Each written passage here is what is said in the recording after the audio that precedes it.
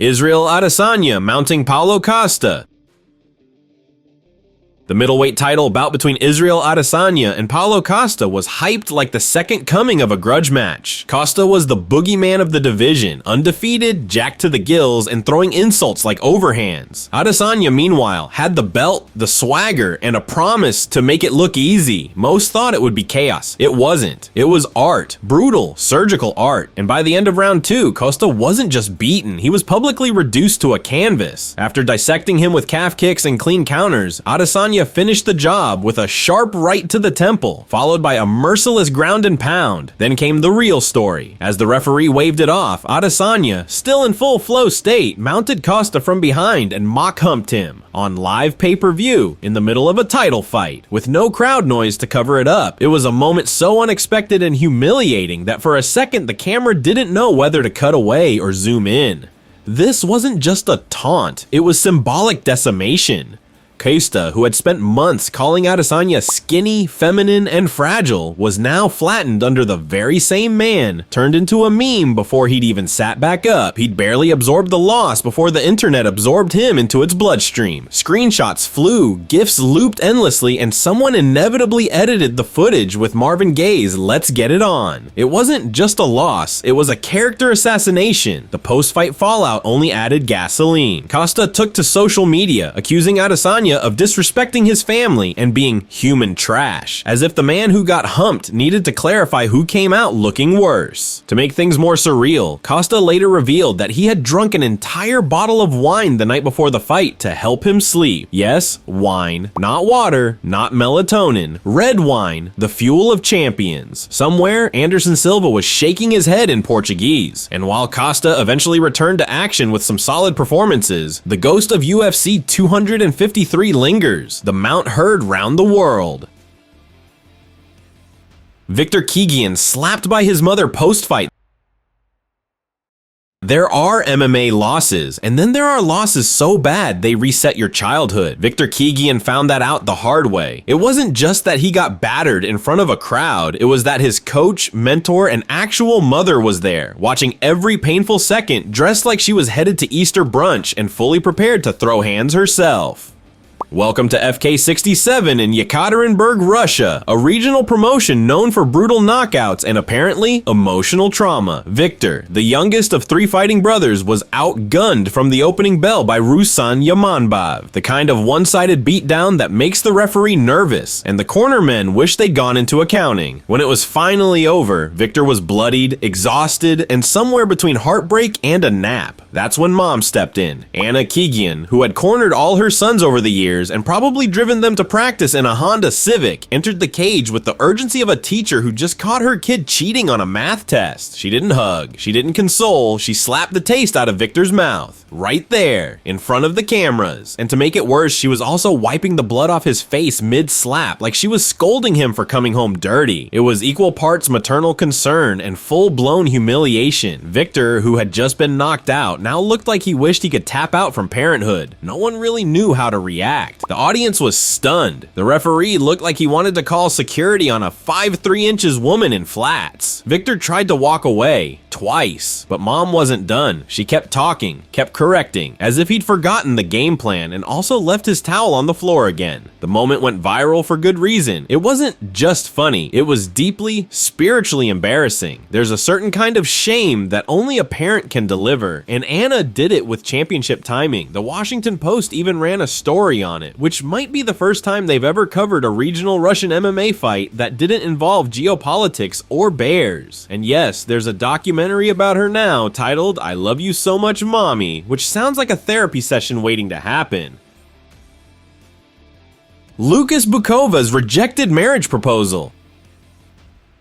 There's no pain quite like a fight loss, except maybe proposing to your girlfriend right after one and getting nuked with a hard no on live television. Enter Lucas Bukovaz, a Czech YouTuber/influencer who decided the best way to cap off losing a 2-on-1 MMA fight was to pull out a ring and test the limits of public humiliation. The event was Clash of the Stars, which is either a fight promotion or a social experiment run by Chaos Demons. Bukovaz, who was part of the team of 2, still managed to lose, which is already a bad look. He had just been punched, gassed out, and arguably carried by his partner when he stood up, took the mic, and tried to shift the vibe from combat sports to rom-com. Thousands in the arena, cameras rolling, blood still drying, perfect moment to pop the question. The crowd, bless them, smelled disaster. As Lucas knelt, the reaction turned from confused murmuring to audible groaning, and then it happened. The woman shook her head, rejected him, and before the brain could even process the emotional wreckage, someone in the crowd threw water on her. Then she dropped the real bomb. Lucas had cheated on her, rejected and exposed right there in the cage. If shame had a volume knob, this was broken off and set to max. You don't even need to understand Czech to feel the cringe crawl down your spine. Her tone, her delivery, the audience's reaction. This wasn't just a no. This was a scorched earth, cancel the honeymoon, delete the Spotify playlist level shutdown. The kind that ages you 5 years instantly. It had all the finesse of a Black Mirror episode and the emotional subtlety of a folding chair to the back of the head. Now, to be fair, Lucas is a YouTuber, and the whole thing might have been an elaborate clout trap, but if it was acting, the woman deserves an Oscar and the arena crowd deserves hazard pay. Because fake or not, this wasn't staged. It was executed, and Lucas, with his swollen face, shattered ego, and national TV exposure, became the newest inductee into MMA's Hall of Emotional Damage. Andy Wang's Ultimate Fighter meltdown. There's being stubborn, there's being brave, and then there's Andy Wang, the man who took the phrase warrior spirit and ran it face first into a televised nightmare. His appearance on The Ultimate Fighter Season 5 is still studied today, not for technique, but for what happens when blind commitment meets really bad decision making and an unforgiving editing team. Wang came into the house as a decorated jiu-jitsu black belt under Nova União, serious credentials, a serious demeanor, and a serious case of I'm gonna show the world. Except in his one and only fight on the show, he forgot he was a grappler. BJ Penn, his own coach, begged him to take it to the ground. But Andy had a different plan. He wanted to strike. Why? Warrior spirit, apparently. Except his striking looked like he was trying to win a slap fight with a mosquito. Brandon Melendez, his opponent, didn't exactly put on a Muay Thai clinic either, but he didn't have to. Wang walked forward, threw wild punches, got countered all day, and somehow never attempted a single takedown. The only submission we witnessed was Andy submitting his own career to the gods of poor tactical choices. When the decision was read and the loss made official, that's when the real meltdown began. Andy broke down in the cage, openly weeping, sobbing in the locker room, hugging teammates who barely knew him, and delivering monologues about honor and legacy that felt more Lord of the Rings than Ultimate Fighter. The editors had a field day. They let the crying breathe. They cut to the reactions. They let the silence hang like a middle school talent show. Even Dana White looked confused. And if you thought it ended there, oh no. 2 episodes later, BJ Penn kicked Wang off the team. Not just for losing, but for completely ignoring every word of advice he was given. It was like if your GPS says turn left and you just accelerate into a lake. BJ's face when delivering the decision was a masterclass in visible disappointment. That 1,000-yard stare of a man whose black belt just tried to cosplay as a striker and failed on national television. The MMA world never forgot. Stand and Wang became a meme. Forrest Griffin fleeing and hijacking interview.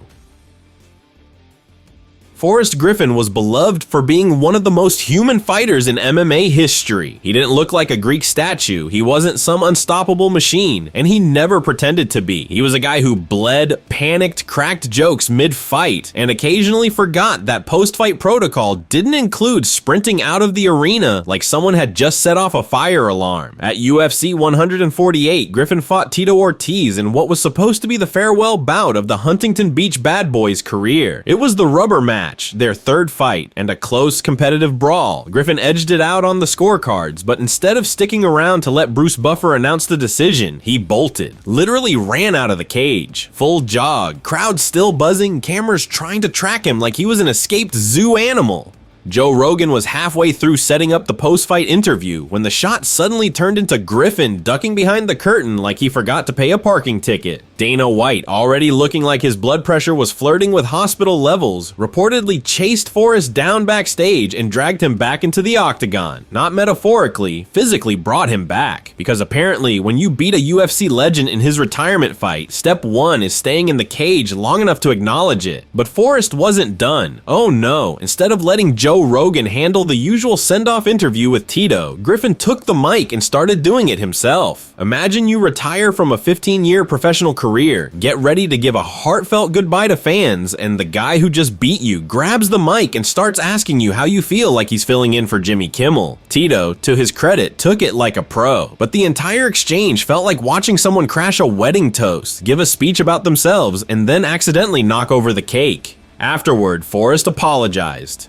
Said he thought he'd lost, said he was frustrated, said he just got emotional, and all of that's probably true. But it doesn't make the footage any less cringe. The premature exit, the hijacked mic, the awkward interview. It was a Forrest Griffin special. Equal parts chaos, heart, and what the hell just happened? Michael Chandler's stool pull collapse.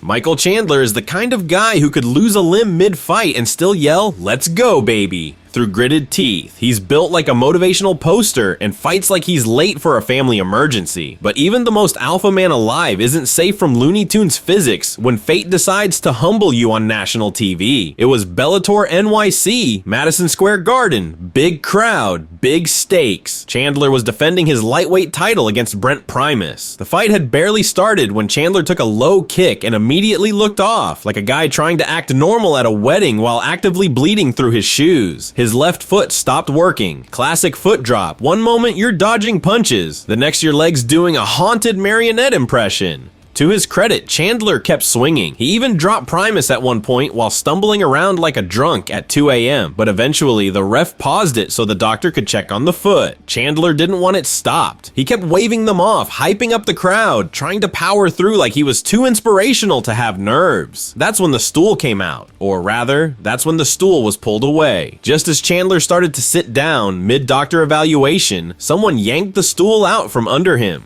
Live on pay-per-view, the Bellator lightweight champion hit the floor like a bag of potatoes. No punch, no sweep, just gravity. It was straight out of a cartoon. He looked like Charlie Brown going for the football, only to be betrayed by physics and poor stool management. And then it got worse, because right after he landed, the doctors decided he couldn't continue. Fight over. Primus wins by TKO. Chandler is sitting on the canvas, looking like someone who just got pranked at his own birthday party, as the cage crew packs up the scene of the crime around him.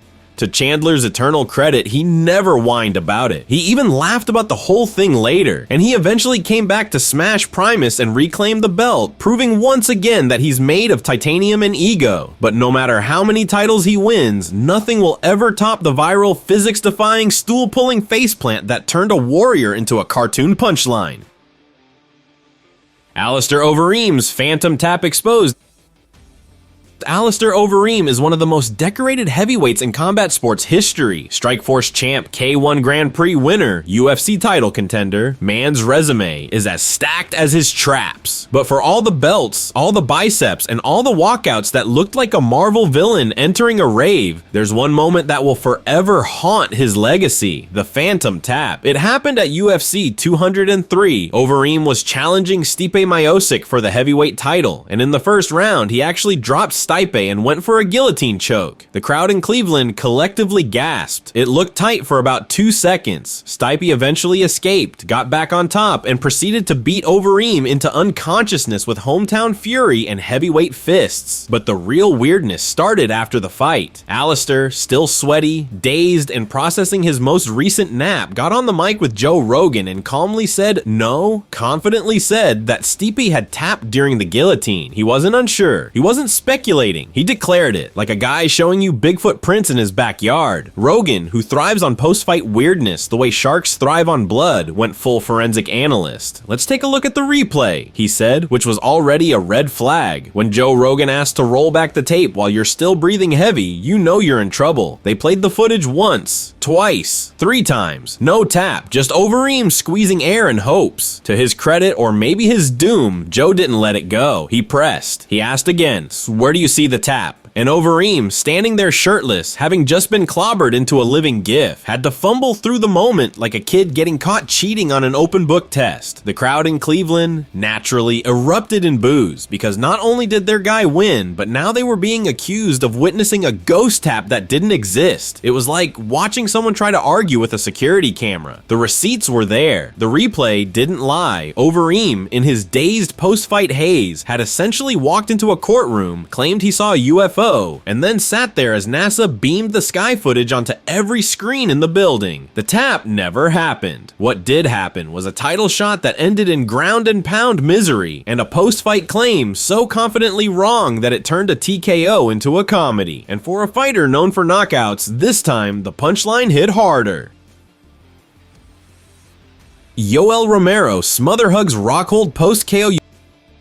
Yoel Romero has always been a little different. Explosive, terrifying, built like a statue sculpted by fear itself, but also somehow the most accidentally weird man in MMA. From bizarre interviews to mid-fight kisses, Yoel operates on his own emotional frequency, and at UFC 221, that frequency got very weird, very fast. He was fighting Luke Rockhold for the interim middleweight title, a dangerous, high-stakes matchup with two elite athletes at the top of their game. The kind of fight where even a split-second mistake gets you a nap, and Rockhold made that mistake. In the third round, Yoel caught him with a brutal left, then followed it up with a sledgehammer that sent Luke straight to the shadow realm. Clean, emphatic finish. Romero had done it again, but instead of celebrating or backing off or even just pacing in a circle like most killers do after a KO, Yoel did something else. Something very Yoel. He walked over to Rockhold, who again was still unconscious, and lovingly cradled him, kissed him, whispered something in his ear, then held him like he was saying goodbye before shipping off to war. It was the most uncomfortable display of affection ever caught in 4K. The kind of moment where even fans who love sportsmanship were like, okay, that's enough. Romero was on top of Luke, pressing his face into his, holding him like he was auditioning for The Notebook 2, Octagon of Love. Rockhold's face, still processing reboot mode, looked like it had seen something it wasn't emotionally prepared for. And keep in mind, this man has modeled underwear for Ralph Lauren. To be clear, this wasn't malicious. Yoel is deeply religious and, by all accounts, a gentle soul when he's not detonating jaws. But post-fight etiquette generally includes not cuddling the man you just baptized. The camera didn't know when to cut. The commentary team didn't know what to say.